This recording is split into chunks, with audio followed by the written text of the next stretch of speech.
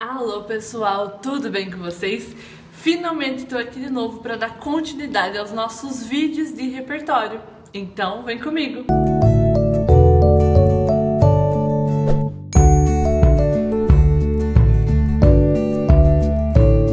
Alô pessoal, tudo bem com vocês? Aqui é a professora Luma, diretamente da Oficina da Linguagem, e eu tô aqui hoje para falar sobre o repertório para o tema Sistema Carcerário. Se você tá querendo manjar de redação, já se inscreve no canal e ativa as notificações para ficar por dentro de tudo que a gente publicar. Além disso, já deixa seu like porque eu sei que depois você se esquece. Desse modo eu consigo saber se eu devo fazer mais vídeos como esse ou não. Outra coisa, uma baita preciosidade aqui do canal é a descrição aqui dos vídeos, onde tem todos os links que importam, inclusive um e-book que eu disponibilizei para vocês há algum tempo.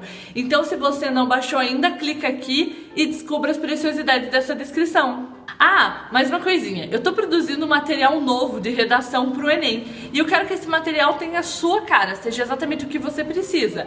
Então, aqui embaixo tem um formulário do Google com algumas perguntinhas que vão me guiar nessa produção. Se você puder responder, no final você consegue baixar um presente surpresa nosso. Então é o seguinte, eu gravei um vídeo há algum tempo sobre 25 temas que eu acho que podem cair na redação do Enem. E naquele vídeo eu coloquei à disposição uma enquete para saber quais temas vocês gostariam que eu fizesse vídeos específicos. E nós temos 4 temas vencedores, era para ser 3, mas houve empate. Então estamos com 4 temas e o vídeo de hoje é o primeiro deles. O tema mais votado da enquete foi sistema carcerário. Então nesse vídeo a gente vai ver um repertório grandão sobre esse tema. Uma ressalva, esse vídeo vai ficar um pouco extenso porque ele tá bem completo mesmo. Mas nele tem o conteúdo que eu pesquisei sobre o tema, não significa que tem todo o conteúdo sobre o tema. Então se você tem algum conteúdo legal, algum repertório legal que você gostaria de comentar, deixa aqui embaixo nos comentários e assim você consegue ajudar as demais pessoas que vão realizar o Enem esse ano. Mais importante de tudo, Luma, onde você consegue esse repertório? Então, na maior parte das vezes eu começo a procura de repertório pelo Pinterest, então eu criei uma conta lá e uma pastinha específica para esse vídeo, que eu vou deixar publicar agora, para você ir lá acessar todo o repertório que eu consultei.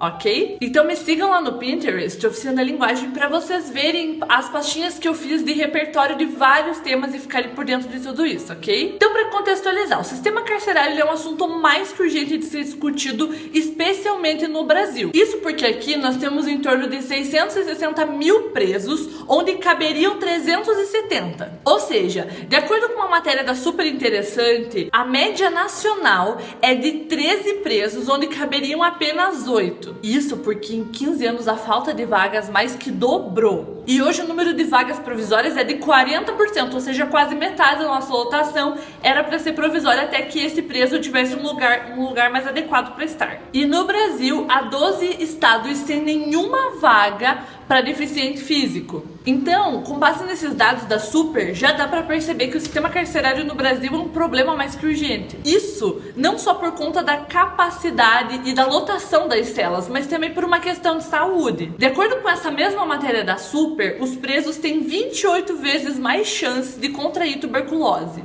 e quase 10 vezes mais chances de contrair HIV. Essas informações que eu passei são da Super, da versão impressa da Super da edição de fevereiro desse ano, que é a edição 371. Uma das coisas que a gente tem que levar em conta quando a gente vai falar sobre o sistema carcerário aqui no Brasil é quanto um preso custa para o governo. Claro que esse valor varia dependendo de vários fatores, mas a média nacional de custo por preso é de R$ 2.400. Os custos, desse valor que eu falei, eles incluem a seguinte lista de coisas: sistema de segurança, contratação de agentes penitenciários e outros funcionários, serviços como alimentação, compra de vestimenta, assistência médica e jurídica, entre outros. Então o custo é em média R$ 2.400 por preso por mês. E de onde vem esse dinheiro? Esse dinheiro ele vem do fundo penitenciário, FUNPEN. Outra coisa a ser levada em consideração quando a gente vai falar sobre esse tema é a questão da reincidência.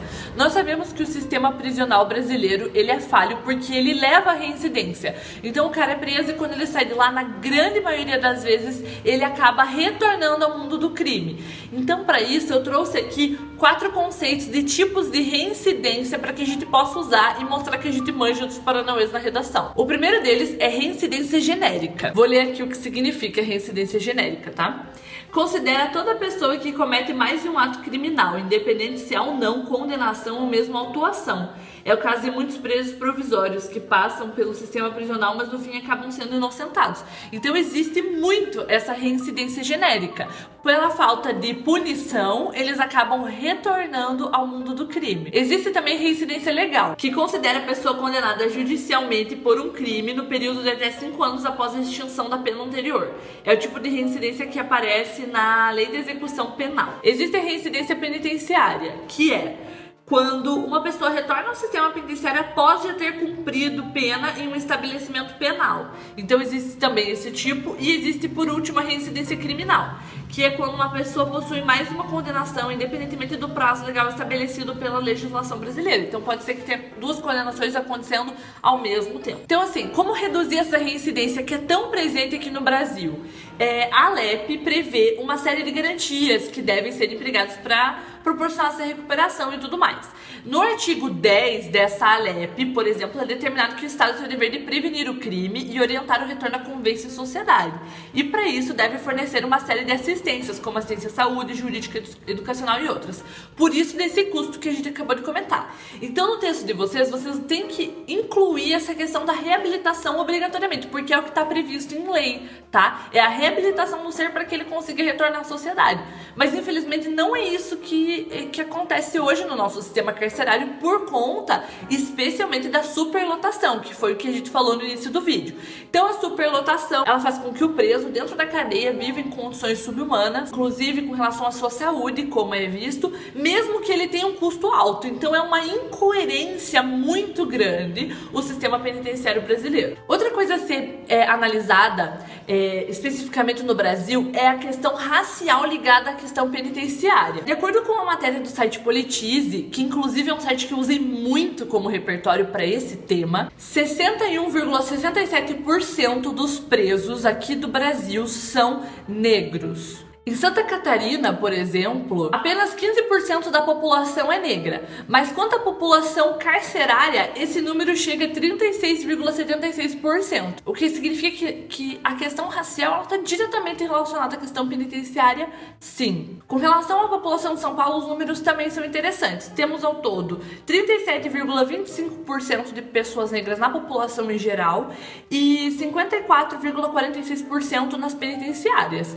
Então, uma coisa que pode ser abordada na redação de vocês é alguma coisa relacionada também ao racismo, porque não é à toa que esses dados estão ligados. Outra coisa interessante a ser analisada é comparar como acontece a questão penitenciária no Brasil e em outros países. Por exemplo, essa pesquisa também do site Politize, que tomou como base algumas pesquisas referentes à prisão. No Brasil, nós tínhamos, em 2015, mais de 600 mil pessoas presas. Já na Noruega, não chega a 4 mil pessoas. Então isso é uma coisa interessante de ser analisada. O que a Noruega e o Brasil têm de tão diferentes que os números em relação ao sistema carcerário são totalmente discrepantes. E aí eu acho que isso leva diretamente a uma questão de educação. Então acho que uma coisa que não pode deixar de ser considerada no texto de vocês é que o crime está diretamente ligado à falta da base educacional no país. Segundo a mesma pesquisa, em 15 anos o Brasil quase que triplicou sua taxa de encarceramento. Nos Estados Unidos, na Rússia e na Holanda houve queda. E na Noruega e na China a taxa foi mantida relativamente estável. Então alguns países estão resolvendo esse problema, alguns países estão pelo menos mantendo, mas o Brasil está cada vez mais piorando a questão do sistema carcerário do nosso país. Outro aspecto bem importante a ser analisado é a questão da escolaridade desses presidiários. De acordo com uma pesquisa realizada pelo PNAD e pelo Infopen, também divulgada no site Politize, no Brasil, 24,92% dos presos tem ensino médio incompleto até acima de superior completo. Então a menor parte deles e a maior parte tem até o fundamental, no máximo até o fundamental completo.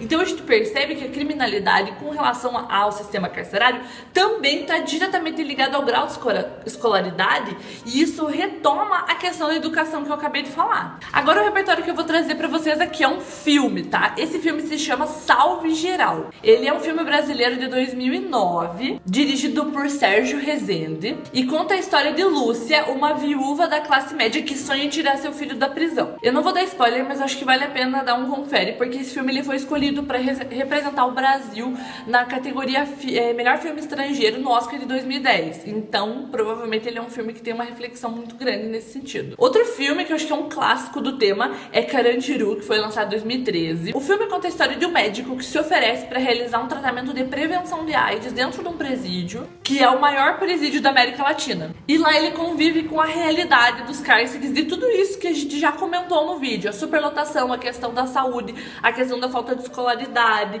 a violência que acontece dentro, a questão racial e tudo mais. Existe um documentário bem interessante também chamado Central, o poder das facções do maior presídio do Brasil. Ele mostra a realidade do presídio central, que já foi considerado a maior cadeia do Brasil e da América Latina. O documentário ele foca mais em mostrar as disputas de facções que existem dentro da prisão. Então, como a prisão é todo um sistema à parte. Ele aborda também a questão do uso de drogas lá dentro e tal. Eu trouxe duas citações aqui bem legais, tá? São citações do Márcio Berclas, que é promotor de justiça e colunista na Carta Capital, que foi onde eu encontrei essas citações. A primeira delas diz: garantir direito do preso é garantir o direito da sociedade em receber esse preso de volta. Então por isso que a gente... Fecha aspas. Então por isso que a gente precisa falar em reabilitação. Porque se a gente garante o direito do preso, mesmo que ele custe esse tanto que ele custa, a gente garante que quando ele sair de lá, não aconteça reincidência em nenhum dos tipos que a gente já comentou. Uma citação que eu gostei muito dele é essa aqui, ó. Abre aspas. Pior do que privar a liberdade, só mesmo privar a vida. Que também ele publicou na Carta Capital. Outra citação que eu gostei muito na pesquisa que eu fiz foi da Camila Nunes Dias, que é pesquisadora do Núcleo de Estudos de Violência da USP, tá? A citação dela é a seguinte, abre aspas: sistema carcerário é máquina de destruir pessoas. Fecha aspas. Eu acho que essa é uma citação bacana de se começar a redação para iniciar a discussão sobre o tema. Então essa acho que é uma citação que especificamente fica legal ou na introdução ou dentro de alguns argumentos. Eu acho que é onde fica mais interessante. E eu não poderia deixar de trazer Foucault para esse vídeo, né? Uma das temáticas que ele aborda na teoria dele, na pesquisa dele, é a questão carcerária. Então eu trouxe aqui duas citações dele bem legais pra gente comentar. A primeira é, abre aspas: prisão, essa pequena invenção desacreditada desde seu nascimento. Então o que ele quer dizer com isso é que a prisão ela não foi criada com o objetivo de resolver um problema, tá? Então isso é uma coisa bem especial de ser comentada. Outra coisa, abre aspas: há 1 século e meio que a prisão vem sendo dada como seu próprio remédio. Então, é como se ela não solucionasse um problema, ela não remediasse um problema, ela remediasse no máximo a ela mesma. Quem manja de Foucault, se eu estiver falando besteira, por favor, me corrija aqui nos comentários, porque eu realmente não conheço tão bem assim, mas eu lembrei que ele falava sobre essa temática e resolvi trazer duas citações.